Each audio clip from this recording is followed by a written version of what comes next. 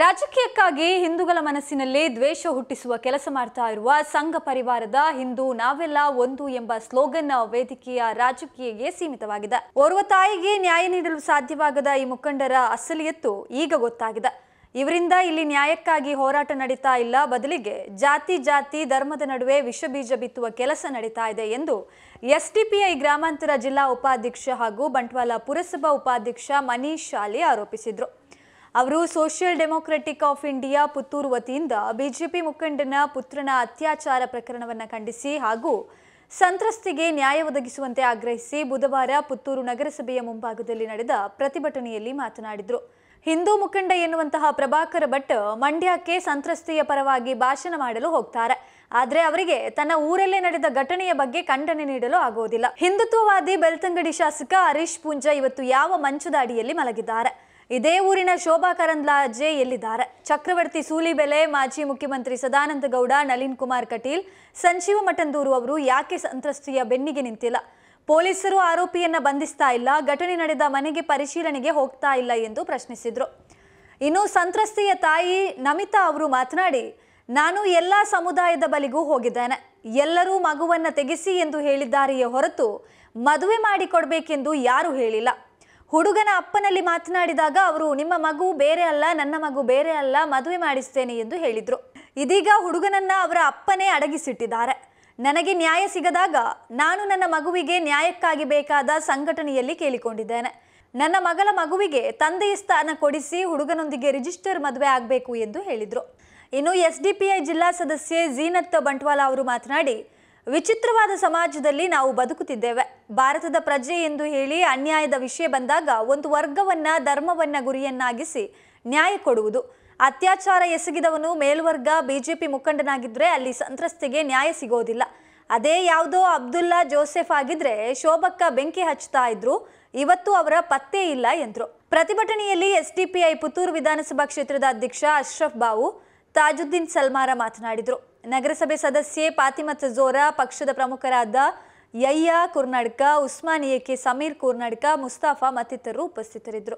ಎಲ್ಲರ ಹತ್ರ ಕೇಳಿದ್ದೇನೆ, ಹಿಂದೂಗಳ ಹತ್ರ ಎಲ್ಲ ಸಂಘಟನೆಗಳಿಗೂ ಹೋಗಿದ್ದೇನೆ, ಶರಣ್ ಪಂಪಲ್ ಕಡೆಗೂ ಹೋಗಿದ್ದೇನೆ, ಮುರಳಿ ಭಟ್ ಎಲ್ಲರೂ ನನ್ನನ್ನು ಮಗುವನ್ನು ತೆಗಿಸಿ ಅವರು ತೆಗಿಲಿಕ್ಕೆ ಇದು ಮಾಡ್ತಾರೆ ಅಂತ ಹೇಳೋದು ವಿನಃ ಬಿಟ್ಟು ಮದುವೆ ಮಾಡಿಸಿ ಕೊಡ್ತೇವೆ ಅಂತ ಇಷ್ಟುವರೆಗೆ ಯಾರೂ ಹೇಳಿಲ್ಲ. 1.5 ತಿಂಗಳು ಅವಕಾಶ ಬೇರೆ ಕೊಟ್ಟಿದ್ದೇವೆ ಇವರಿಗೆ, ಜಗನ್ನಿವಾಸ ರಾವ್ಗೆ. ಆದರೆ ಆ ಟೈಮಲ್ಲಿ ನಾವು ಹೀಗೆ ಮದುವೆ ಮಾಡಿಸ್ತೇವೆ, ರಿಜಿಸ್ಟರ್ ಮಾಡಿಸ್ತೇವೆ, ನನ್ನ ಮಗಳು ಬೇರೆ ಅಲ್ಲ, ನಿಮ್ಮ ಮಗಳು ಬೇರೆ ಅಲ್ಲ ಅಂತ ಹೇಳಿ ಕೂತವರೇ ಹೊರತು ನನ್ನ ಮಗಳಿಗೆ ನ್ಯಾಯ ದೊರಕಿಸಿ ಕೊಡಲಿಲ್ಲ. ಅದಲ್ಲದೆ ಅವರೇ ಹುಡುಗನನ್ನು ಎಲ್ಲೋ ಮುಚ್ಚಿಟ್ಟಿದ್ದಾರೆ, ಅವರದೇ ಕೈವಾಡ. ಆದರೆ ಈಗ ನನಗೆ ಗೊತ್ತಿಲ್ಲ, ನನ್ನ ಮಗ ಎಲ್ಲಿದ್ದಾನೆ ಅಂತ ನನಗೆ ಗೊತ್ತಿಲ್ಲ ಅಂತ ಹೇಳಬಹುದು. ಆದರೆ ಅದನ್ನು ನಂಬಲಿಕ್ಕೆ ನಾವೇನು ಅಷ್ಟು ಮೂರ್ಖರಲ್ಲ. ಇಲ್ಲಿ ನನ್ನ ಮಗಳು ಈಗ ಡೆಲಿವರಿಯಾಗಿ ಮನೆಯಲ್ಲಿ ಕೂತಿದ್ದಾಳೆ. ಆ ಹುಡುಗನನ್ನು ಇಷ್ಟು ದಿವಸ ಮುಂದೆ ತರಲಿಕ್ಕೆ ಆಗಿಲ್ಲ. ಪೊಲೀಸ್ ಡಿಪಾರ್ಟ್ಮೆಂಟ್ಗಾಗಿ ಯಾರಿಗೂ ಆಗಲಿ ಹಿಂದೂ ಕಾರ್ಯಕರ್ತರಿಗೆ ತರಲಿಕ್ಕೆ ಆಗಿಲ್ಲ ಅಂದಮೇಲೆ ಅವ್ರಿಗೇನು ಪ್ರಯೋಜನ ಅಂತ ನಾನು ಕೇಳ್ತಿರೋದು. ಒಂದು ಹಿಂದೂ ಹುಡುಗಿಗೆ ನ್ಯಾಯ ಕೊಡಿಸಲಿಕ್ಕೆ ಈ ಸಂಘಟನೆಗಳಿಗೆ ಆಗಿಲ್ಲ ಅಂದಮೇಲೆ ನಾನು ನನಗೆ ಬೇಕಾದ ಸಂಘಟನೆಗಳಿಗೆ ನಾನು ಕೊಟ್ಟಿದ್ದೇನೆ. ಈಗ ಹುಡುಗ ಬರಬೇಕು, ಹುಡುಗ ಎಲ್ಲಿದ್ರು ಅವನನ್ನು ಎದುರು ತರಬೇಕು ಅಂತ ನಾನು ಕೇಳ್ಕೊಳ್ತಿರೋದು. ನನ್ನ ಹೆಣ್ಣು ಮಗಳಿಗೆ ನ್ಯಾಯ ಕೊಡಿಸಿ, ಆ ಮಗುವಿಗೆ ಅವನ ತಂದೆಯ ಸ್ಥಾನ ಕೊಡಿಸಬೇಕು. ನೀವು ಅಷ್ಟೇ, ರಿಜಿಸ್ಟರ್ ಮ್ಯಾರೇಜ್ ಆಗಲೇಬೇಕು ಅವರು.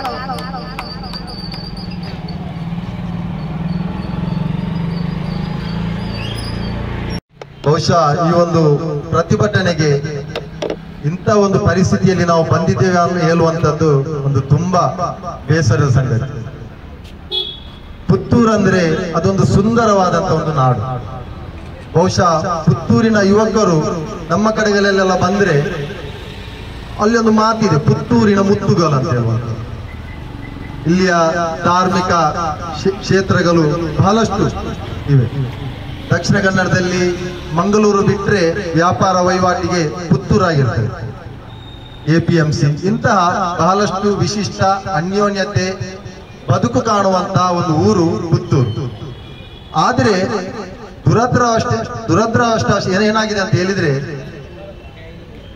ಇಲ್ಲಿ ಸಂಘ ಪರಿವಾರದ ಒಂದು ಕೇಂದ್ರ, ಇಡೀ ಒಂದು ನಮ್ಮ ರಾಜ್ಯದಲ್ಲಿ ಸಂಘ ಪರಿವಾರದ ಒಂದು ಕೇಂದ್ರ ಭಯವನ್ನು ಉತ್ಪಾದಿಸುವಂತಹ ಒಂದು ಘಟಕ ಇದ್ರೆ ಅದು ಕೂಡ ಪುತ್ತೂರು. ನಾವು ಈ ಒಂದು ಪ್ರತಿಭಟನೆ ಮಾಡುವುದು ಬೇಕಾ ಬೇಡವಾ, ನಾವು ಈ ಘಟನೆ ಆದಾಗಲೇ ನಾವೊಂದು ಚರ್ಚೆ ಮಾಡುತ್ತಿದ್ದೆವು. ಆದರೆ ಇಲ್ಲಿ ಆ ಮಗಳಿಗೆ ನ್ಯಾಯ ಕೊಡುವಂತಹ ಬಹಳಷ್ಟು ಮಂದಿಗಳಿದ್ದಾರೆ, ಬಹಳಷ್ಟು ಸಂಘಟನೆ ಇದೆ, ರಾಜಕೀಯ ಮೇಧಾವಿಗಳಿದ್ದಾರೆ, ಸಂಘ ಪರಿವಾರದ ಮೇಧಾವಿಗಳಿರುವಂತಹ ಈ ಊರಿನಲ್ಲಿ ನಮ್ಮ ಅಗತ್ಯತೆ ಉಂಟಾ ಅಂತ ಹೇಳುವಂತ ಒಂದು ಪ್ರಶ್ನೆ ಇತ್ತು. ಯಾರೇ ಆಗಲಿ ಅವ್ರಿಗೆ ನ್ಯಾಯ ಕೊಡಿಸ್ಬೇಕು. ನಮ್ಮಿಂದ ಅವ್ರಿಗೆ ನ್ಯಾಯ ಕೊಡಿಸ್ಲಿಕ್ಕೆ ಆಗುತ್ತೆ ಅಂತ ಆದ್ರೆ ನಾವು ಮುಂದುವರಿಬೇಕು. ಇಲ್ಲ ಅವರಿಗೆ ಜನ ಇದ್ದಾರೆ ಅಂತ ಹೇಳುವುದಾದ್ರೆ ಅವರು ಮಾಡ್ಬೇಕು. ನಾವು ಇದೊಂದು ಕಾದು ನೋಡುವ ಒಂದು ಪರಿಸ್ಥಿತಿಯಲ್ಲಿ ನಾವಿದ್ದೇವೆ. ಆದ್ರೆ ಮೊನ್ನೆ ಆ ಅಮ್ಮ ಪಾಪ ಇದ್ದಾರೆ, ನಮ್ಮ ಜೊತೆ ಇದ್ದಾರೆ, ಅವರ ಪತ್ರಿಕಾಗೋಷ್ಠಿಯನ್ನು ನಾವು ನೋಡಿದ್ವಿ. ಅವರು ಬಹಳ ಬೇಸರದಲ್ಲಿ ಹೇಳಿದ್ರು, ನಾನು ಎಲ್ಲರ ಜೊತೆ ಹೋದೆ, ನಾನು ಅಂಗಲಾಚಿದೆ, ನನ್ನ ಮಗನಿಗೆ ನ್ಯಾಯ ಕೊಡಿ.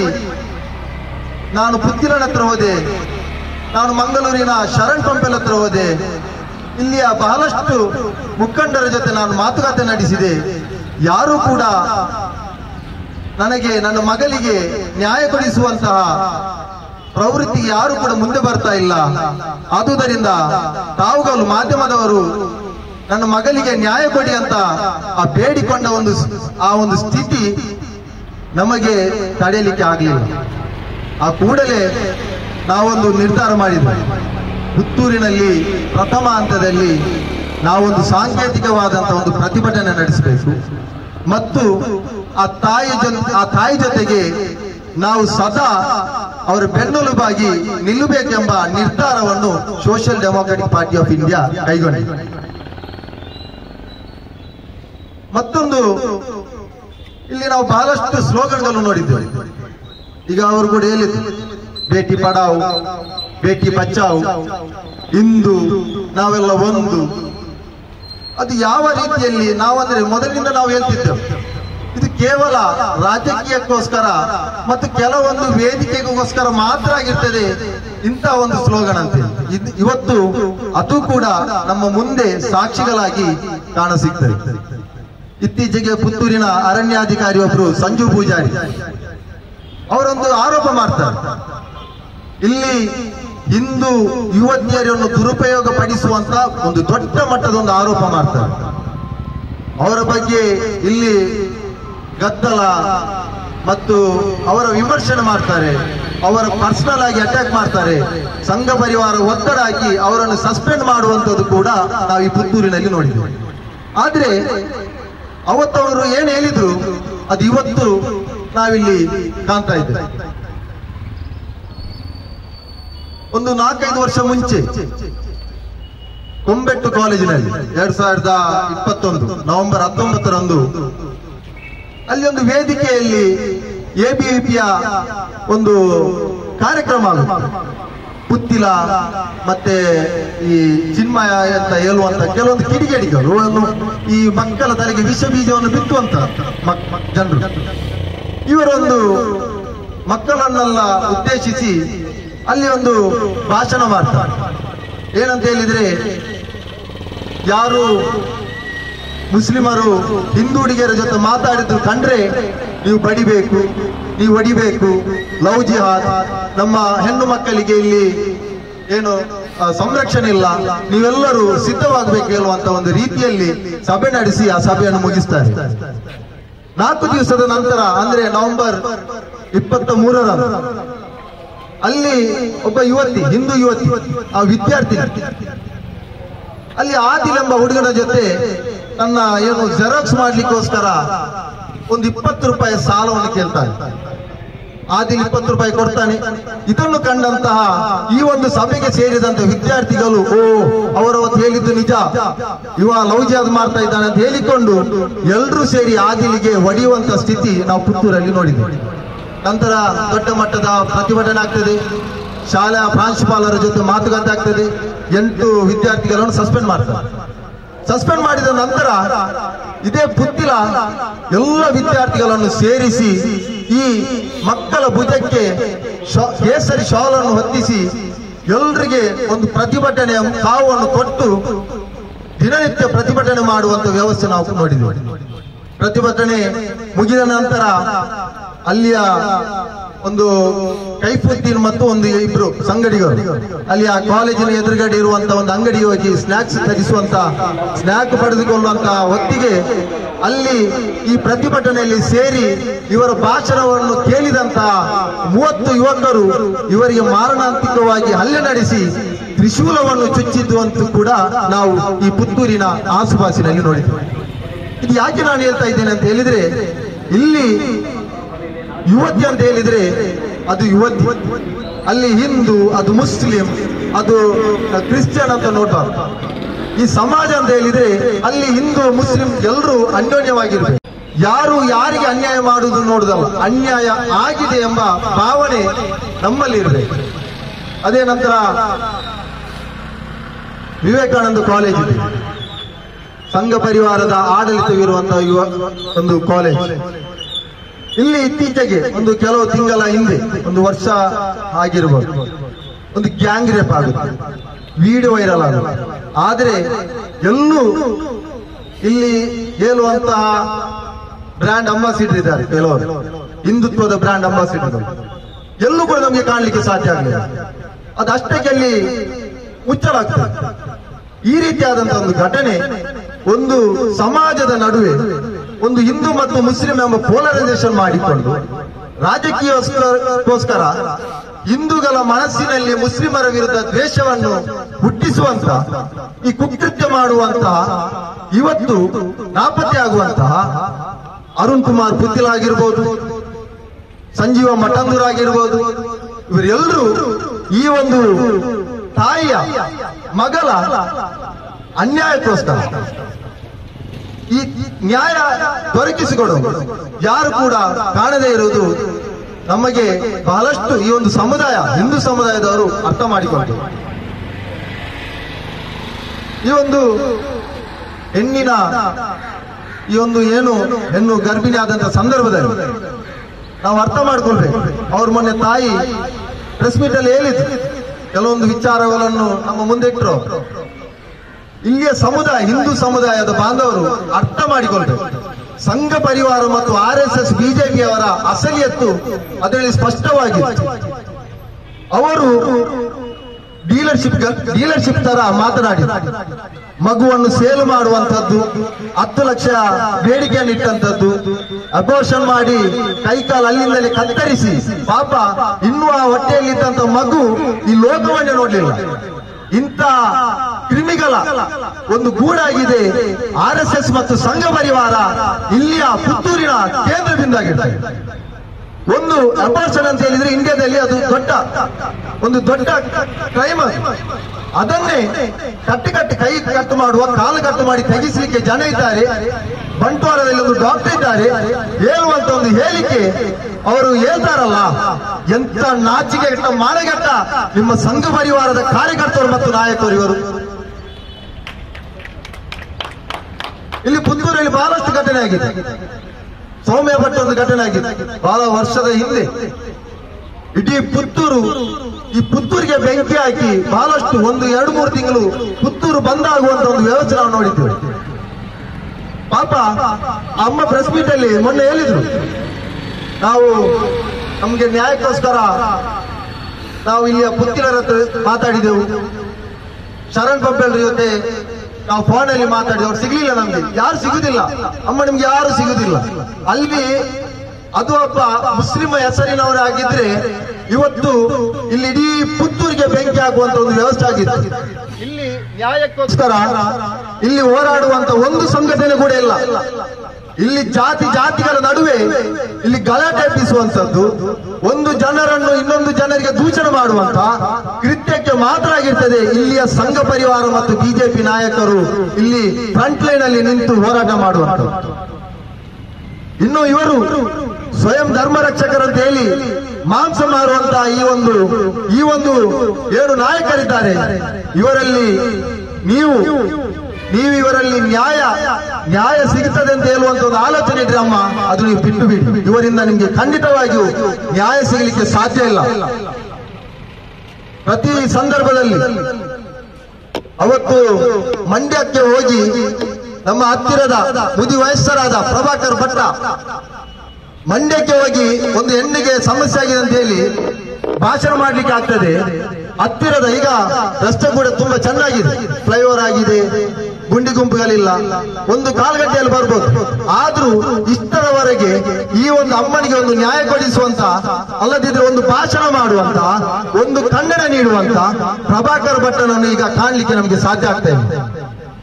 ಅದೇ ರೀತಿ ನಾನು ಮೊದಲು ಕಠೋರ ಹಿಂದುತ್ವ, ನಂತರ ನಾನು ಎಂಎಲ್ಎ ಎಂದು ಬೀಗುತ್ತಿದ್ದಂತಹ ಬೆಳ್ತಂಗಡಿ ಶಾಸಕ ಹರೀಶ್ ಪೂಂಜಾ ಈಗ ಯಾವ ಮಂಚದಡಿಯಲ್ಲಿ ಮಲಗಿದ್ದಾರೆ ಅಂತ ಕೇಳಲಿಕ್ಕೆ ನಮ್ಗೆ ಇದು ಮಾಡ್ತಾ ಇದ್ದೇವೆ. ಎಲ್ಲಿದ್ದಾರೆ ಈಗ ಅವರು? ಕಠೋರ ಹಿಂದುತ್ವವಾದಿ, ನಂತರ ನಾನು ಎಂಎಲ್ಎ ಅಂತ ಹೇಳುತ್ತಿರುವಂತ ಈಗ ಅವರು ಯಾವ ಮಂಚದಡಿಯಲ್ಲಿದ್ದಾರೆ? ಲವ್ ಜಿಹಾದ್, ಬಾಂಗ್ಲಾದೇಶ್, ಪಾಕಿಸ್ತಾನ್, ಐಸಿಸ್, ಈ ರೀತಿಯಾದ ಲಬ ಅಂತ ಬಾಯಿ ಪಡ್ಕೊಳ್ತಿದ್ದಂತ ಇದೇ ಊರಿನ ಇಲ್ಲಿಯೇ ಎಜುಕೇಶನ್ ಮಾಡಿ ಇಲ್ಲಿಯೇ ರಾಜಕೀಯವಾಗಿ ನೆಲೆಕಂಡಂತ ಶೋಭಾ ಕರಂದ್ಲಾಜೆ ಈಗ ಎಲ್ಲಿದ್ದೀರಮ್ಮ ನೀವು? ನಿಮ್ಮದೇ ಸಮುದಾಯದ ಒಂದು ಹೆಣ್ಣು ಮಗುವಿಗೆ ಇಷ್ಟು ದೊಡ್ಡ ಅನ್ಯಾಯ ಆಗ್ತಾ ಇದೆ, ಯಾರು ಬರ್ತಾ ಇಲ್ಲ. ಅವರ ಅಲವತ್ತನ್ನು ಇಡೀ ಸಮುದಾಯದ ಮುಂದೆ ಹೇಳ್ತಾ ಇದ್ದಾರೆ, ನೀವು ಎಲ್ಲಿದ್ದೀರಮ್ಮ? ಅದೇ ರೀತಿ ಅದೆಲ್ಲ ಬಿಡಿ, ಮೊನ್ನೆ ಕುತ್ತಾರಿನ ಒಂದು ಕೊರಗಜ್ಜನ ಸನ್ನಿಧಿಯಲ್ಲಿ ಅಲ್ಲಿ ಸ್ಪೀಚ್ ಅಲ್ಲಿ ಹೇಳ್ತಾರೆ, ಹಿಂದೂ ಮಹಿಳೆಯರ ರಕ್ಷಣೆಗೋಸ್ಕರ ನೀವು ನಿಮ್ಮ ಬ್ಯಾಗ್ನಲ್ಲಿ ಆಯುಧವನ್ನು ಇಡಿ ಅಂತ ಹೇಳುವಂತ ಚಕ್ರವರ್ತಿ ಸೂಲಿಬೇಲಿ. ಈಗ ಎಲ್ಲಿದ್ದೀಯಪ್ಪ ನೀನು? ಎಲ್ಲಿದ್ದಿ? ಇಲ್ಲದಿದ್ರೆ ಸಣ್ಣ ವಿಚಾರದಲ್ಲಿ ನೀವು ಆನ್ಲೈನ್ಗೆ ಬರ್ತೀರಾ, ಅಲ್ಲಿ ಹೋಗಿ ಜನರ ಮನಸ್ಸಿಗೆ ಬೀಜವನ್ನು ಬಿತ್ತೀರಾ. ಈಗ ನಿನ್ನದೇ ಸಮುದಾಯದ ಮಹಿಳೆಗೆ ಮತ್ತು ಆ ಮಗುವಿಗೆ ಅನ್ಯಾಯವಾದಾಗ ಈ ಚಕ್ರವರ್ತಿ ಸೂಲಿಬೇಲಿ ಎಲ್ಲಿದ್ದಾನೆ? ಇದೇ ಊರಿನ ಮಾಜಿ ಮುಖ್ಯಮಂತ್ರಿ ಆದಂತಹ ಸದಾನಂದ ಗೌಡ ನೈತಿಕತೆ ಇಲ್ಲ ಅವರಿಗೆ, ಆದ್ರೂ ಅವರನ್ನು ಕೂಡ ಇಲ್ಲಿ ಕಾಣಲಿಕ್ಕೆ ಸಾಧ್ಯ ಆಗ್ತಾ ಇಲ್ಲ. ಅದೇ ರೀತಿ ನಳಿನ್ ಕುಮಾರ್ ಕಟೀಲ್, ಸಂಜೀವ ಮಟ್ಟುಂದೂರು, ಯಾರು ಕೂಡ ಈ ಒಂದು ಈ ತಾಯಿ ಮಾಡಿದಂತ ತಪ್ಪಾದ್ರೆ ಏನಮ್ಮ? ಈ ತಾಯಿ ಮಾಡಿದ ತಪ್ಪೇನು? ಯಾಕೆ ಒಂದೇ ಒಂದು ಹಿಂದುತ್ವದ ಫೈರ್ ಬ್ರ್ಯಾಂಡ್ಗಳು ಇವರ ಬೆನ್ನೆಲುಬಾಗಿ ನಿಲ್ಲುತ್ತಾ ಇಲ್ಲ? ಆ ಹೆಣ್ಣು ಮಗು ಮಾಡಿದ ತಪ್ಪೇನು? ಇದನ್ನೆಲ್ಲ ನೀವು ಉತ್ತರಿಸಬೇಕು. ಅದೇ ರೀತಿ ನಮ್ಮ ಪೊಲೀಸ್ ಇಲಾಖೆ ಒಂದು ಸೋಷಿಯಲ್ ಮೀಡಿಯಾದಲ್ಲಿ ಬರೆದಾಕಿದ್ರೆ ಸ್ಟೇಷನ್ಗೆ ಕರೆಸಿ ನಿಮ್ಮ ಬರಹಕ್ಕೆ ಸಾಕ್ಷಿ ಇದೆಯಾ, ನಿಮ್ಮ ಮಾತಿಗೆ ಸಾಕ್ಷಿ ಇದೆಯಾ ಅಂತ ಕೇಳಿ ಟಾರ್ಚರ್ ಮಾಡುವಂತವ್ರು. ಇವತ್ತು 10 ದಿನದ ಮಗು ಸಾಕ್ಷಿಯಾಗಿ ಅವರ ಮನೆಯಲ್ಲಿದೆ. ಇದಕ್ಕಿಂತ ದೊಡ್ಡ ಸಾಕ್ಷಿ ಬೇಕು ಅವನನ್ನು ಅರೆಸ್ಟ್ ಮಾಡ್ಲಿಕ್ಕೆ? ಒಂದು ಸ್ಟೂಡೆಂಟ್ ಅನ್ನು ಅರೆಸ್ಟ್ ಮಾಡ್ಲಿಕ್ಕೆ ಆಗುದಿಲ್ಲ ಅಂತ ಹೇಳಿದಾದ್ರೆ ಎಲ್ಲ ಬಿಡಿ. ಆ ಘಟನೆ ನಡೆದಂತ ಮನೆಗೆ ಇನ್ನೂ ಕೂಡ ಇನ್ವೆಸ್ಟಿಗೇಷನ್ ಪರ್ಪಸ್ ಆಗಿ ಇನ್ನೂ ಕೂಡ ಅಲ್ಲಿ ಪರಿಶೀಲನೆಗೆ ಹೋಗಿಲ್ಲ ಅಂತ ಹೇಳುವುದಾದ್ರೆ, ಈ ಪುತ್ತೂರಿನಲ್ಲಿ ಆಗುತ್ತಿರುವುದಾದ್ರೆ ನಮ್ಮ ವಿಷಯ ಬಿಡಿ, ಬ್ಯಾರಿಗಳು ಅಂತ ಹೇಳ್ತಾರೆ. ಈಗ ಒಂದು ಹಿಂದೂ ಮಹಿಳೆ, ಇವರಿಗೆ ಯಾರು ನಿಲ್ಬೇಕು? ಎಲ್ಲಿದ್ದಾರೆ? ಯಾಕೆ ಆಗ್ತಾ ಇಲ್ಲ? ನನ್ನ ಹಿಂದೂ ಬಾಂಧವರಲ್ಲಿ ಒಂದು ವಿನಂತಿ, ಈ ಒಂದು ಬಿಜೆಪಿ ಮತ್ತು RSS ಏನು ಆ ವಿಷ ಬೀಜವನ್ನು ಬಿತ್ತಾರೆ, ಇದಕ್ಕೆ ನೀವು ಬಲಿಯಾಗಬಾರ್ದು.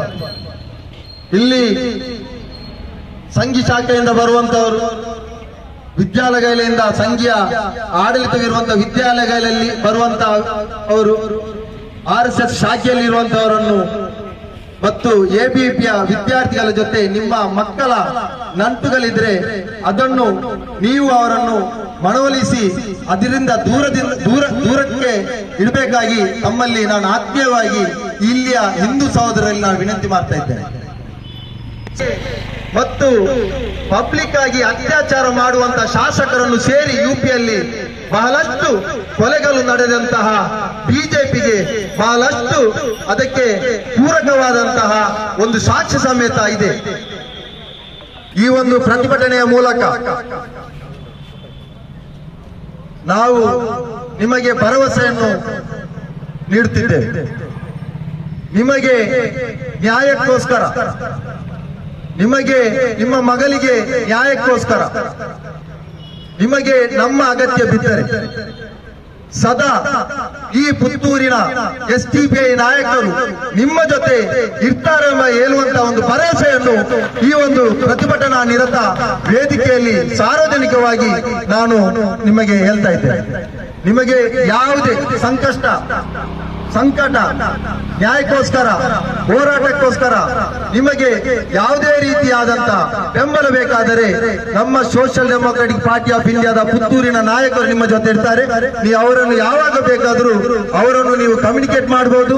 ಅವರು ಒಂದು ವೇಳೆ ನಿಮಗೆ ನ್ಯಾಯ ದೊರಕಿಸಿಕೊಡಲು ಅವರು ವಿಫಲರಾದರೆ ನೀವು ನಮ್ಮ ಜೊತೆ ಯಾವಾಗಲೂ ಕೂಡ ನಮ್ಮ ಜೊತೆ ಬರಬಹುದು ಎಂಬ ಹೇಳಿಕೆಯನ್ನು ಭರವಸೆಯೊಂದಿಗೆ ಈ ಒಂದು ಅವಕಾಶಕ್ಕಾಗಿ ಧನ್ಯವಾದಗಳು. ಜೈ ಹಿಂದ್, ಜೈ ಎಸ್. ಬಹಳ ವಿಚಿತ್ರವಾದಂತಹ ಒಂದು ಸಮಾಜದಲ್ಲಿ ನಾವು ಇವತ್ತು ಬದುಕ್ತಾ ಇದ್ದೇವೆ. ಬಹಳ ವಿಚಿತ್ರವಾದಂತಹ ಒಂದು ಸಮಾಜ. ಏನಂತ ಹೇಳಿದ್ರೆ, ಒಂದು ಪವಿತ್ರವಾದ ಸಂವಿಧಾನವನ್ನ ಅಂಗೀಕರಿಸಿಕೊಂಡು ಭಾರತದ ಪ್ರಜೆ ಅಂತೇಳಿ ವಿಶ್ವದ ಎಲ್ಲ ಕಡೆ ಎದೆ ತಟ್ಟಿ ಹೇಳಿಕೊಂಡು ಇಲ್ಲಿ ಇರುವಂತಹ ಪ್ರತಿಯೊಬ್ಬರಿಗೂ, ಅದು ಹೆಣ್ಣು ಗಂಡು ಭೇದವಿಲ್ಲದೆ, ಪ್ರತಿಯೊಂದು ಧರ್ಮದ ನಡುವೆ ಭೇದವಿಲ್ಲದೆ ಆ ದೇಶದ ಪ್ರಜೆಗೆ ಸಮಾನವಾದ ನ್ಯಾಯ ಇದೆ ಅನ್ನುವಂತಹ ಸಂವಿಧಾನದ ಅಡಿಯಲ್ಲಿ ಬದುಕ್ತಾ ಇರುವ ನಾವು ಅನ್ಯಾಯದ ವಿಷಯ ಬಂದಾಗ, ಅಲ್ಲಿ ನ್ಯಾಯ ದೊರಕಿಸಬೇಕಾದಂತಹ ಒಂದು ವಿಷಯ ಬಂದಾಗ ಇಲ್ಲಿ ಒಂದು ವರ್ಗವನ್ನು ಗುರಿಯಾಗಿಸಿಕೊಂಡು ನ್ಯಾಯ ಕೊಡುವಂತಹದ್ದು, ಒಂದು ಧರ್ಮವನ್ನ ಆಧಾರ ಮಾಡಿಕೊಂಡು ನ್ಯಾಯ ಕೊಡುವಂತಹದ್ದು, ಇಂತಹ ಒಂದು ವಿಚಿತ್ರವಾದ ಸಮಾಜದಲ್ಲಿ ಆಗಿರ್ತದೆ ನಾವಿವತ್ತು ನಿಂತುಕೊಂಡು ಸಾಕ್ಷಿಯಾಗಿರುವಂತಹದ್ದು. ಯಾಕಂತ ಹೇಳಿದ್ರೆ, ಈ ಒಂದು ಪುತ್ತೂರಿನ ಘಟನೆ ಇದು ಮೊದಲನೇ ಘಟನೆ ಏನಲ್ಲ. ಇಂತಹ ಪರಿಸ್ಥಿತಿಗಳಿಗೆ ನಾವು ಸಾಕ್ಷಿಯಾಗ್ತಾ ಇರುವಂತಹದ್ದು, ಇಂತಹ ಪ್ರತಿಭಟನೆಗಳಲ್ಲಿ ನಾವು ಭಾಗಿಯಾಗ್ತಾ ಇರುವಂತಹದ್ದು ಇದು ಮೊದಲನೇ ಪ್ರಕರಣ ಅಲ್ಲ. ಒಂದು ಹೆಣ್ಣು ಮಗುವಿಗೆ ಅತ್ಯಾಚಾರ ಆದಾಗ ಆ ಹೆಣ್ಣು ಅತ್ಯಾಚಾರಕ್ಕೆ ಒಳಪಟ್ಟ ಹೆಣ್ಣು ಮತ್ತು ಅತ್ಯಾಚಾರ ಮಾಡಿದಂತಹ ಆರೋಪಿಯ ವರ್ಗವನ್ನ ಮತ್ತು ಧರ್ಮವನ್ನ ನೋಡಲಾಗ್ತಾ ಇದೆ. ಅದು ಬಿಜಾಪುರದ ದಾನಮ್ಮ ಕೇಸ್ ಆಗಿರ್ಬಹುದು, ಹತ್ರಾಸ್ ಘಟನೆ ಆಗಿರ್ಬಹುದು, ಅಥವಾ ಇಲ್ಲಿ ಭಾರತದಲ್ಲಿ ಇಲ್ಲಿಯವರೆಗೂ ನಡೆದಂತಹ ಅತಿ ಕ್ರೂರವಾದ ಅತ್ಯಾಚಾರ ಪ್ರಕರಣಗಳಾಗಿರ್ಬಹುದು.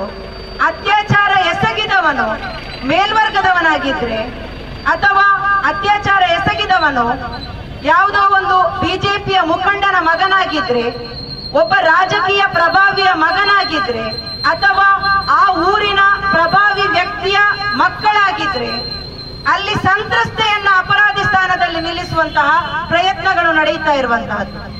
ಅದೇ ಇವತ್ತಿನ ಈ ಒಂದು ಘಟನೆಯನ್ನ, ಪುತ್ತೂರಿನ ಘಟನೆಯನ್ನ ನಾವು ತೆಗೆದುಕೊಂಡ್ರೆ, ಒಂದು ವೇಳೆ ಈ ಒಂದು ಅತ್ಯಾಚಾರಿಯ ಜಾಗದಲ್ಲಿ ಯಾವುದೋ ಒಬ್ಬ ಅಬ್ದುಲ್ಲನ, ಯಾವುದೋ ಒಬ್ಬ ಜೋಸೆಫನ ಇದ್ದಿದ್ರೆ ಸದಾ ವ್ಯಾನಿಟಿ ಬ್ಯಾಗ್ ಅಲ್ಲಿ ಬೆಂಕಿ ಪಟ್ಟಣವನ್ನ ಹಾಕಿಕೊಂಡು ತಿರುಗ್ತಾ ಇದ್ದಂತಹ ನಮ್ಮ ಶೋಭಕ್ಕ ಇವತ್ತು ಪುತ್ತೂರಿಗೆ ಬೆಂಕಿ ಹಚ್ತಾ ಇದ್ದಾರೆ. ಅಂದ್ರೆ ಯಾವಾಗ್ಲೂ ಎಲ್ಲಿ ಹೋದ್ರೂ ಅವರ ವ್ಯಾನಿಟಿ ಬ್ಯಾಗ್ ಅಲ್ಲಿ ಏನಿರ್ತದೆ, ಒಂದು ಬೆಂಕಿ ಪಟ್ಟಣ ಇರ್ತದೆ. ಎಲ್ಲಿ ಮುಸ್ಲಿಮರ ಹೆಸರು ಕೇಳ್ತದೆ, ಎಲ್ಲಿ ಒಬ್ಬ ಅಲ್ಪಸಂಖ್ಯಾತ ಸಮುದಾಯದ ಒಬ್ಬನ ಹೆಸರು ಕೇಳ್ತದೆ, ಅಲ್ಲಿ ಅವರು ರೆಡಿಯಾಗಿರ್ತಾರೆ ಬೆಂಕಿ ಪಟ್ಟಣ ಹಚ್ಚಲಿಕ್ಕೆ. ಆದ್ರೆ ಇವತ್ತು ಬಹುಶಃ ಮಳೆಗಾಲ ಅಲ್ವಾ, ಅದು ಚಂಡಿ ಆಗಿರ್ಬೇಕು, ಒದ್ದೆ ಆಗಿರ್ಬೇಕು, ಹಾಗಾಗಿ ಅದು ಹತ್ತುತ್ತಾ ಇಲ್ಲ, ಬೆಂಕಿ ಪಟ್ಟಣ ಹತ್ತುತ್ತಾ ಇಲ್ಲ, ಅವರ ಪತ್ತೆ ಇಲ್ಲ.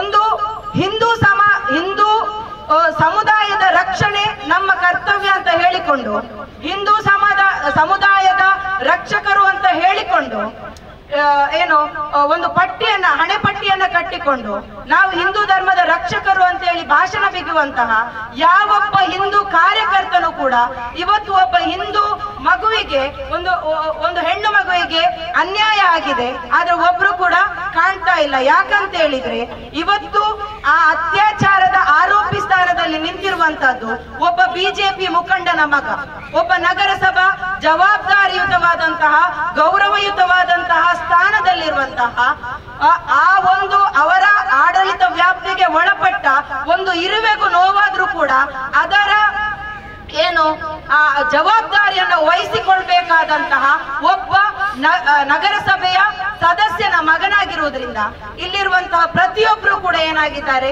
ಇಲ್ಲಿ ಕಾಣೆಯಾಗಿದ್ದಾರೆ. ಯಾಕಾಗಿ ಈ ಒಂದು ನಿಲುವುಗಳು ನಿಮ್ಮ ಸಮಾಜದಲ್ಲಿ ನಮ್ಮ ಮಧ್ಯೆ ಇದೆ? ಯಾಕಂತ ಹೇಳಿದ್ರೆ ಇವರ ಧೋರಣೆ, ಇವರ ಉದ್ದೇಶ ರಕ್ಷಣೆ ಅಲ್ಲ, ಹಿಂದೂ ಧರ್ಮದ ರಕ್ಷಣೆ ಕೂಡ ಅಲ್ಲ, ಯಾವ ಒಂದು ವರ್ಗದ ರಕ್ಷಣೆ ಕೂಡ ಅಲ್ಲ, ಅವರ ಸಮುದಾಯದ ರಕ್ಷಣೆ ಕೂಡ ಅಲ್ಲ. ಅವರ ಧೋರಣೆ ಏನಿದೆಯೋ ಇಲ್ಲಿರುವಂತಹ ಸಮಾಜದಲ್ಲಿ ಒಗ್ಗಟ್ಟಾಗಿ ಬದುಕ್ತಾ ಇರುವಂತಹ ಹಿಂದೂ ಮುಸ್ಲಿಮರನ್ನ ಬೇರೆ ಮಾಡಬೇಕು, ಹಿಂದೂ ರಾಷ್ಟ್ರದ ನಿರ್ಮಾಣ ಮಾಡಬೇಕು ಅನ್ನುವಂಥದ್ದು. ಬಿಜೆಪಿ ಆಡಳಿತಕ್ಕೆ ಬರುವ ಆ ದಿನದಿಂದ ಕೂಡ ಅವರ ಪ್ರಣಾಳಿಕೆಯಲ್ಲಿ ನಾವು ಕೇಳಿ ಬರ್ತಾ ಇದ್ದಂತಹ ಒಂದು ಸ್ಲೋಗನ್ ಏನು ಅಂತ ಹೇಳಿದ್ರೆ ಬೇಟಿ ಬಚಾವೋ. ಆದ್ರೆ ಯಾವಾಗಿಂದ ಬಿಜೆಪಿ ಸರ್ಕಾರ ಆಡಳಿತಕ್ಕೆ ಬಂದಿದೆಯೋ ಅವತ್ತಿನಿಂದ ಇಂದಿನವರೆಗೂ ಕೂಡ ಆ ಬೇಟಿಗಳನ್ನ ಬಚಾವ್ ಮಾಡ್ಲಿಕ್ಕೆ ಅವರಿಂದ ಸಾಧ್ಯ ಆಗ್ಲಿಲ್ಲ. ಯಾಕಂತ ಹೇಳಿದ್ರೆ ಆ ಬೇಟಿಗಳು ಅನ್ಯಾಯಕ್ಕೆ ಒಳಪಡ್ತಾ ಇರುವಂತಹದ್ದು ಆ ಬಿಜೆಪಿಗರಿಂದಲೇ. ಹತ್ರಾಸ್ ಘಟನೆ ನಾವು ನೋಡಿರ್ಬಹುದು, ಉನ್ನಾವ ಘಟನೆ ನೋಡಿರ್ಬಹುದು. ಈ ಎಲ್ಲ ಘಟನೆಗಳು ಜೀವಂತ ಎಲ್ಲಿಯೋ ಒಂದು ಉತ್ತರ ಪ್ರದೇಶದಲ್ಲಿ, ಎಲ್ಲಿಯೋ ಒಂದು ದೆಹಲಿಯಲ್ಲಿ ನಡೀತಾ ಇದೆ ಅಂತೇಳಿ ನಾವು ಕೈಕಟ್ಟಿ ಕೂತ್ಕೊಳ್ತಾ ಇದ್ರೆ, ಇಡೀ ಈ ಇಂತಹ ಘಟನೆಗಳು ನಮ್ಮ ಕಾಲಬುಡದಲ್ಲಿ ಇವತ್ತು ನಡೀತಾ ಇದ್ರು ಕೂಡ ಯಾವೊಬ್ರು ಕೂಡ ಆ ಒಂದು ಹೆಣ್ಣು ಮಗುವಿನ ಪರವಾಗಿ ನ್ಯಾಯಕ್ಕೆ ನಿಲ್ಲಿಲ್ಲ ಅನ್ನುವಂತಹದ್ದು ಬಹಳ ವಿಪರ್ಯಾಸ. ಇಂತಹ ಘಟನೆಗಳು ಮತ್ತೆ ಮತ್ತೆ ಮರುಕಳಿಸುವಾಗ ಇಲ್ಲಿರುವಂತಹ ನಾಗರಿಕ ಬಂಧುಗಳು ಅರ್ಥ ಮಾಡಿಕೊಳ್ಬೇಕು ಅವರ ಉದ್ದೇಶ ಏನು. ಬರೀ ರಾಜಕೀಯವಾಗಿ ಇಲ್ಲಿ ಅವರು ಏನು ಧ್ರುವೀಕರಣ ಮಾಡುವಂತಹದ್ದು, ರಾಜಕೀಯವಾಗಿ ಅಸ್ತಿತ್ವ ಪಡೆಯುವಂತಹದ್ದು. ಒಂದು ಹಾಸ್ಪಿಟಲ್ ನಲ್ಲಿ ವೈದ್ಯರು ಮತ್ತು ಪೇಷಂಟ್ಗಳ ಮಧ್ಯೆ ಏನಾದ್ರೂ ಗಲಾಟೆ ಆದಾಗ ಆ ಗಲಾಟೆ ಆದ ಒಂದು ಪಾರ್ಟಿ ಮುಸ್ಲಿಮನಾಗಿದ್ರೆ ಅಲ್ಲಿಗೆ ರಾಜ್ಯದಿಂದ ಹಿಡಿದು ರಾಷ್ಟ್ರೀಯ ನಾಯಕದ ಮಟ್ಟದ ನಾಯಕರು ಕೂಡ ಆ ಸ್ಥಳಕ್ಕೆ ಬರ್ತಾರೆ. ಇನ್ನು ಇವರು ಕರೆ ಕೊಡ್ತಾರೆ ಹಿಂದೂ ಹೆಣ್ಮಕ್ಳಿಗೆ ಏನು ಅಂತೇಳಿ, ನಿಮ್ಮ ಜೇಬುಗಳಲ್ಲಿ, ನಿಮ್ಮ ಬ್ಯಾಗ್ಗಳಲ್ಲಿ ನೀವು ಅಸ್ತ್ರಗಳನ್ನ ಹಿಡ್ಕೊಂಡು ನಡಿಬೇಕು, ಮೆಣಸಿನ ಪುಡಿಯನ್ನ ಹಿಡ್ಕೊಂಡು ನಡಿಬೇಕು. ಯಾವ ಸಂದರ್ಭದಲ್ಲಿ ನಿಮ್ಮ ಮೇಲೆ ಅಟ್ಯಾಕ್ ಆಗ್ಬಹುದು, ನಿಮ್ಮ ಮೇಲೆ ಅತ್ಯಾಚಾರ ನಡಿಬಹುದು. ಹಾಗಾದ್ರೆ ಈ ಹೆಣ್ಣು ಮಗುವಿಗೆ ನಾವೇನು ಅಂತ ಕಲಿಸ್ಬೇಕು? ಆ ಅಸ್ತ್ರವನ್ನ ಯಾರ ಮೇಲೆ ಪ್ರಯೋಗಿಸ್ಲಿಕ್ಕೆ ನಾವು ಕಲಿಸ್ಬೇಕು? ಇವತ್ತು ಖಂಡಿತವಾಗಿಯೂ ಕೂಡ ಈ ನಾಗರಿಕ ಸಮಾಜ ಇದನ್ನ ಅರ್ಥ ಮಾಡಿಕೊಳ್ಬೇಕು. ಇವರ ಉದ್ದೇಶ ಖಂಡಿತವಾಗಿಯೂ ಹಿಂದೂ ಧರ್ಮದ ರಕ್ಷಣೆ ಅಲ್ಲ. ಇಲ್ಲಿ ಇವರ ಉದ್ದೇಶ ಬೇರೆ. ಒಂದು ಬಸ್ಸಿನಲ್ಲಿ ಹಿಂದೂ ಹುಡುಗಿ ಮತ್ತು ಮುಸ್ಲಿಂ ಹುಡುಗ ಒಟ್ಟಿಗೆ ಕೂತ್ರೆ ಅದು ಅವರಿಗೆ ಏನಾಗ್ತದೆ, ಲವ್ ಜಿಹಾದ್ ಆಗ್ತದೆ.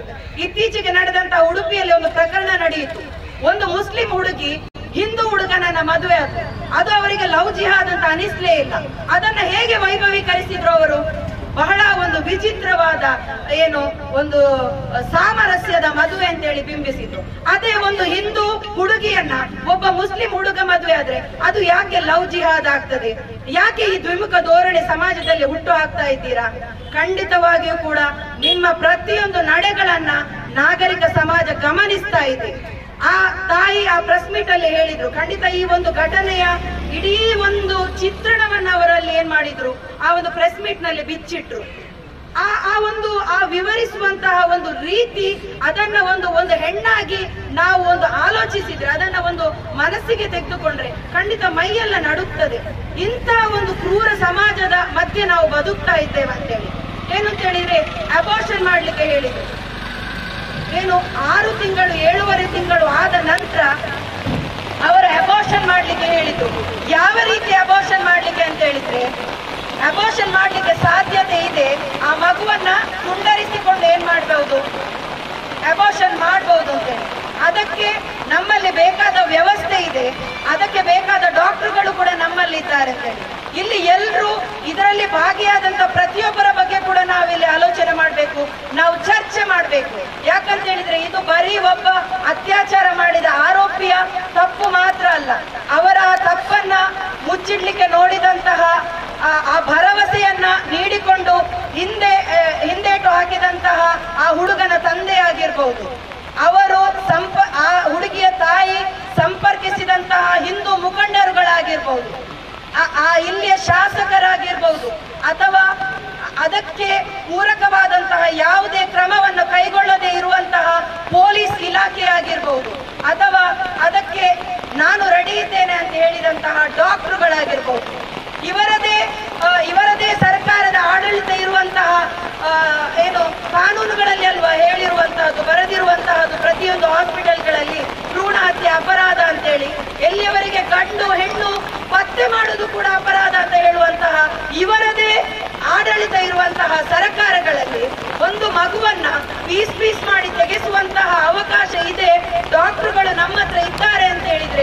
ಪ್ರತಿಯೊಬ್ಬರನ್ನ ಕೂಡ ನಾವಿಲ್ಲಿ ಏನ್ ಮಾಡ್ಬೇಕಾಗ್ತದೆ, ಅವರ ಬಗ್ಗೆ ನಾವು ಚರ್ಚೆ ಮಾಡ್ಬೇಕಾಗ್ತದೆ.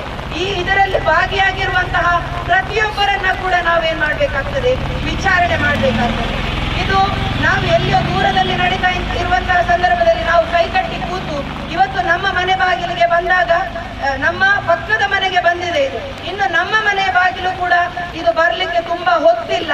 ಆ ಅಂತಹ ಪರಿಸ್ಥಿತಿಗಳು ನಿರ್ಮಾಣ ಆಗ್ಬಾರ್ದು ಅಂತ ಹೇಳಿ ಆದ್ರೆ ಇವತ್ತೇ ಎಚ್ಚೆತ್ತುಕೊಳ್ಬೇಕು. ಪ್ರತಿಯೊಬ್ಬ ತಂದೆಯು ಎಚ್ಚೆತ್ತುಕೊಳ್ಬೇಕು, ಪ್ರತಿಯೊಬ್ಬ ತಾಯಿಯು ಎಚ್ಚೆತ್ತುಕೊಳ್ಬೇಕು. ಇಂತಹ ಕ್ರೂರ ಕ್ರಿಮಿಗಳೇನಿದೆ ನಮ್ಮ ಸಮಾಜದಲ್ಲಿ, ಆ ಕ್ರಿಮಿಗಳನ್ನ ಬುಡ ಸಮೇತ ಕಿತ್ತುಗೆಯುವಂತಹ ವ್ಯವಸ್ಥೆಯಲ್ಲಿ ಉಂಟಾಗಬೇಕು. ಇವರದೇ ಏನು ಪ್ರಯೋಗಗಳಿದೆಯೋ ಆ ಪ್ರಯೋಗಗಳನ್ನ ಇವರ ಮೇಲೆ ನಾವು ತಿರುಗಿಸಿ ಬಿಡುವಂತಹ ವ್ಯವಸ್ಥೆಯೊಂದಿಗೆ ನಮ್ಮ ಹೆಣ್ಣು ಮಕ್ಕಳನ್ನ ಕಳಿಸ್ಬೇಕು ಸ್ಕೂಲ್ಗಳಿಗೆ, ಕಾಲೇಜುಗಳಿಗೆ. ಅಂತಹ ವ್ಯವಸ್ಥೆ ಉಂಟಾದಾಗ ಮಾತ್ರ ಇಲ್ಲಿ ನಮ್ಗೆ ಏನ್ ಮಾಡ್ಲಿಕ್ಕೆ ಸಾಧ್ಯ ಆಗ್ತದೆ, ಇಂತಹ ಕೃತ್ಯಗಳನ್ನ ತಡಿಲಿಕ್ಕೆ ಸಾಧ್ಯ ಆಗ್ತದೆ. ಇಲ್ಲ ಅಂತ ಹೇಳಿದ್ರೆ ಖಂಡಿತವಾಗಿಯೂ ಕೂಡ ಇಲ್ಲಿಯ ನ್ಯಾಯ ವ್ಯವಸ್ಥೆ ಆಗಿರ್ಬಹುದು, ಇಲ್ಲಿಯ ಪೊಲೀಸ್ ಇಲಾಖೆಗಳಾಗಿರ್ಬಹುದು, ಇಲ್ಲಿಯ ರಾಜಕೀಯ ವ್ಯವಸ್ಥೆಗಳಾಗಿರ್ಬಹುದು, ಸರ್ಕಾರಗಳಾಗಿರ್ಬಹುದು, ಯಾರು ಕೂಡ ನಮ್ಗೆ ನ್ಯಾಯ ದೊರಕಿಸ್ಲಿಕ್ಕೆ ಸಾಧ್ಯ ಇಲ್ಲ. ಅವರು ನ್ಯಾಯ ದೊರಕಿಸ್ಲಿಕ್ಕೆ ಅಥವಾ ಬೀದಿಗಳಿಗೆ ಇಳಿಲಿಕ್ಕೆ ಬರ್ತಾರೆ ಯಾವಾಗ ಅಂತ ಹೇಳಿದ್ರೆ, ಆ ಆರೋಪಿಯ ಹೆಸರು ಯಾವ್ದಾದ್ರು ಅನ್ಯ ಧರ್ಮದವನಾಗಿದ್ರೆ ಖಂಡಿತವಾಗಿ ಕೂಡ ಅವರು ಬರ್ತಾರೆ. ಇಲ್ಲದಿದ್ರೆ ಅವರು ಬರುವುದಿಲ್ಲ ಅನ್ನುವುದಕ್ಕೆ ಪ್ರತ್ಯಕ್ಷವಾದಂತಹ ಸಾಕ್ಷಿ ನಮ್ಮ ಮುಂದೆ ಇದೆ. ಇನ್ನಾದ್ರೂ ಕೂಡ ನಾವು ಎಚ್ಚೆತ್ತುಕೊಳ್ಬೇಕು. ಇಲ್ಲಿ ಇರುವಂತಹ ಅಸ್ತಿತ್ವದಲ್ಲಿರುವಂತಹ ಮಹಿಳಾ ಆಯೋಗಗಳು ಏನಿದೆವೋ ಅವರು ಕೆಲವೊಂದು ಸಂದರ್ಭದಲ್ಲಿ ಸ್ವಯಂ ಪ್ರೇರಿತವಾಗಿ ಪೊಲೀಸ್ ಇಲಾಖೆ ಆಗಿರ್ಬಹುದು, ಮಹಿಳಾ ಆಯೋಗಗಳಾಗಿರ್ಬಹುದು, ಸ್ವಯಂ ಪ್ರೇರಿತವಾಗಿ ಏನ್ ಮಾಡ್ತಾರೆ, ಕೇಸುಗಳನ್ನ ದಾಖಲಿಸಿಕೊಳ್ತಾರೆ. ಯಾರು ಹೋಗಿ FIR ಕೊಡ್ಬೇಕು ಅಂತಿಲ್ಲ ಅಥವಾ ಕೇಸ್ ದಾಖಲಿಸಿ ಅಂತ ಅಂಗಲಾಚಬೇಕು ಅಂತಿಲ್ಲ. ಸ್ವಯಂ ಪ್ರೇರಿತವಾಗಿ ಕೇಸ್ಗಳನ್ನ ದಾಖಲಿಸ್ತಾರೆ. ಯಾಕೆ ಇಂತಹ ಪ್ರಕರಣಗಳಲ್ಲಿ ನೀವು ಕಣ್ಣಿದ್ದು ಕೂಡ ಕುರುಡರಾಗಿ ವರ್ತಿಸ್ತಾ ಇದ್ದೀರಾ? ಯಾಕೆ? ಆ ಹೆಣ್ಣು ಮಗು ಅಲ್ವಾ? ಆ ಹೆಣ್ಣು ಮಗುವಿನ ನೋವಲ್ವಾ? ಒಂದು ಮುಸ್ಲಿಮನಿಂದ ಹಿಂದೂ ಹೆಣ್ಣು ಮಗುವಿಗೆ ಅತ್ಯಾಚಾರ ಆದಾಗ ಮಾತ್ರ ಅದು ನೋವ? ಒಬ್ಬ ಹಿಂದುವಿನಿಂದ ಹಿಂದುವಿಗೆ ಅತ್ಯಾಚಾರ ಆದಾಗ ಅದು ನೋವಲ್ವಾ? ಆ ತಾಯಿ ಎಲ್ಲರ ಬಾಗಿಲಿಗೂ ಕೂಡ ಬಡ್ದಾಗ ಯಾಕೆ ನಿಮ್ಗೆ ಆ ತಾಯಿಗೆ ಅಥವಾ ಆ ಮಗುವಿಗೆ ಒಂದು ನ್ಯಾಯ ಕೊಡಿಸುವಂತಹ ವ್ಯವಸ್ಥೆಗೆ ನೀವು ಮುಂದಾಗ್ಲಿಲ್ಲ? ನೀವು ಹೇಳ್ತೀರಿ ಅವನ ಭವಿಷ್ಯದ ಪ್ರಶ್ನೆ ಅಂತೇಳಿ. FIR ಅನ್ನ ಹರಿದಾಕಿ ಅವನ ಭವಿಷ್ಯದ ಪ್ರಶ್ನೆ. ಭವಿಷ್ಯ ಅವನಿಗೆ ಮಾತ್ರ ಇರುವಂತಹದ್ದ? ಆ ಹೆಣ್ಣು ಮಗುವಿಗೆ ಭವಿಷ್ಯ ಇಲ್ವಾ? ಆ ಹೆಣ್ಣು ಮಗು ಸಮಾಜದಲ್ಲಿ ತಲೆ ಎತ್ತಿಕೊಂಡು ತಿರುಗಾಡಬೇಕಾದಂತ ಏನು ಅನಿವಾರ್ಯತೆ ಇಲ್ವಾ? ಆ ಹುಟ್ಟಿದಂತಹ ಮಗು ನಾಳೆ ಸಮಾಜದಲ್ಲಿ ತಂದೆ ಯಾರು ಅಂತ ಕೇಳಿದಾಗ ಯಾರು ಅಂತೇಳಿ ಆ ತಂದೆಯನ್ನ ತೋರಿಸ್ಬೇಕು. ಇಂತಹ ಪರಿಸ್ಥಿತಿ ನಿಮ್ಮ ಮನೆ ಬಾಗಿಲಿಗೂ ಕೂಡ ಬರಬಹುದು ಬಂಧುಗಳೇ. ಅದಕ್ಕೂ ಮುಂಚೆ ನೀವು ಎಲ್ಲರೂ ಒಗ್ಗಟ್ಟಾಗಿ ಒಂದಾಗಿ ಆ ಒಂದು ಹೆಣ್ಣು ಮಗುವಿಗೆ ನ್ಯಾಯ ದೊರಕಿಸ್ಲಿಕ್ಕೆ ಎಲ್ಲರೂ ಕೂಡ ಪ್ರಯತ್ನ ಪಡಬೇಕು. ನಾವು ಖಂಡಿತವಾಗಿಯೂ ಕೂಡ ಆ ತಾಯಿಯ ಜೊತೆಗಿದ್ದೇವೆ. ಎಂತಹ ಸಂದರ್ಭಗಳಲ್ಲಿಯೂ ಕೂಡ, ಎಂತಹ ಅನಿವಾರ್ಯ ಪರಿಸ್ಥಿತಿಯಲ್ಲೂ ಕೂಡ ನಾವು ಅವರ ಬೆನ್ನೆಲುಬಾಗಿ ನಿಲ್ತೇವೆ.